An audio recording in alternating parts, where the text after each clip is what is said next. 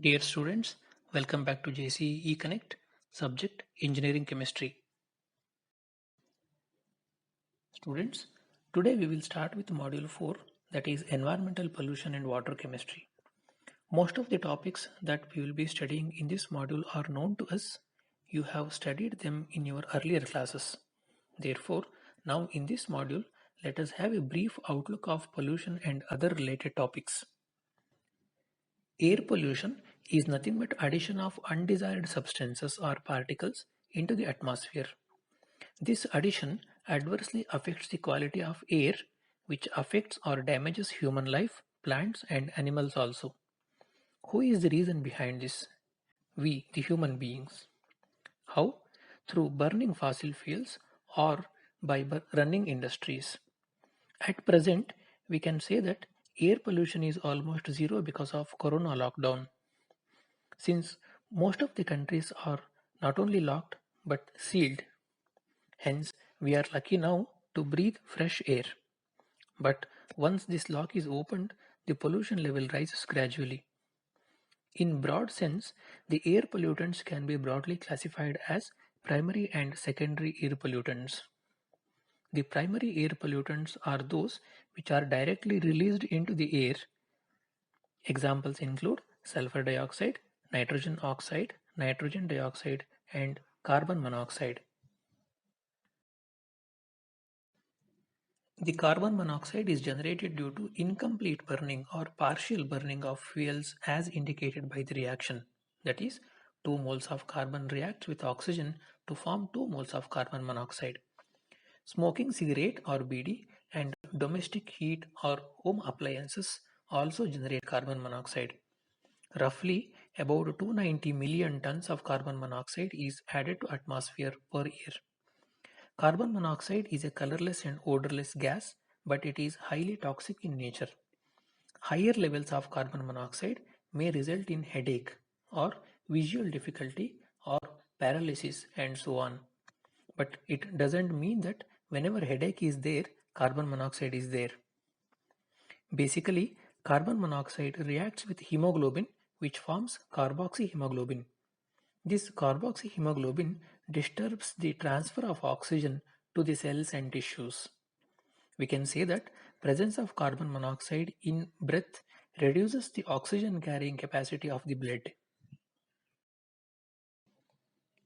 Can we control the generation of carbon monoxide then? Yes, by following several steps like modifying the IC engines so that fuel burns completely. Another idea is by introducing exhaust reactor systems in which complete combustion of fuel takes place. Also, by developing alternate fuels for petrol or gasoline which emit less carbon monoxide on combustion. And at last, by developing pollution-free power sources such as fuel cells which can replace the IC engines. Students, recall the methanol oxygen fuel cell that we have studied earlier. Another primary air pollutant is oxides of nitrogen, that is NO and NO2, nitrogen monoxide and nitrogen dioxide. These oxides of nitrogen are generated due to the reaction of nitrogen with oxygen. Refer the reactions given here.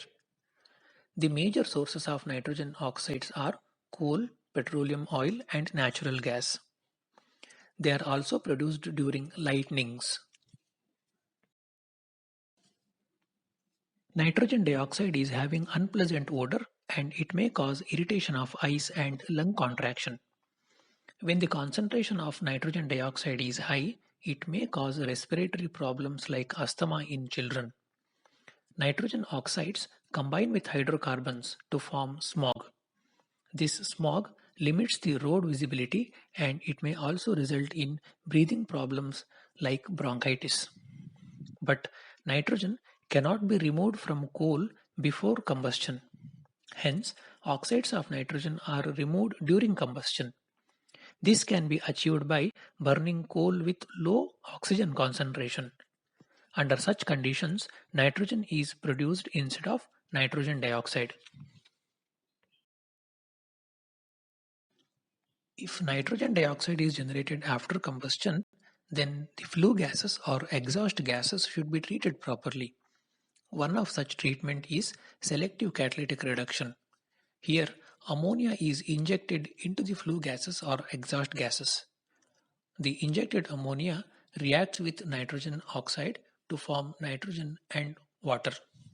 This process involves catalysts like vanadium oxide or tungsten oxide. Another method of removing nitrogen oxide is sorption. In this method, the sorbents like powdered limestone or aluminum oxide or carbon are injected into the exhaust gases which contain NO and NO2. The sorbents catch NO and NO2 and hence the gas coming out is free from oxides of nitrogen. Thank you.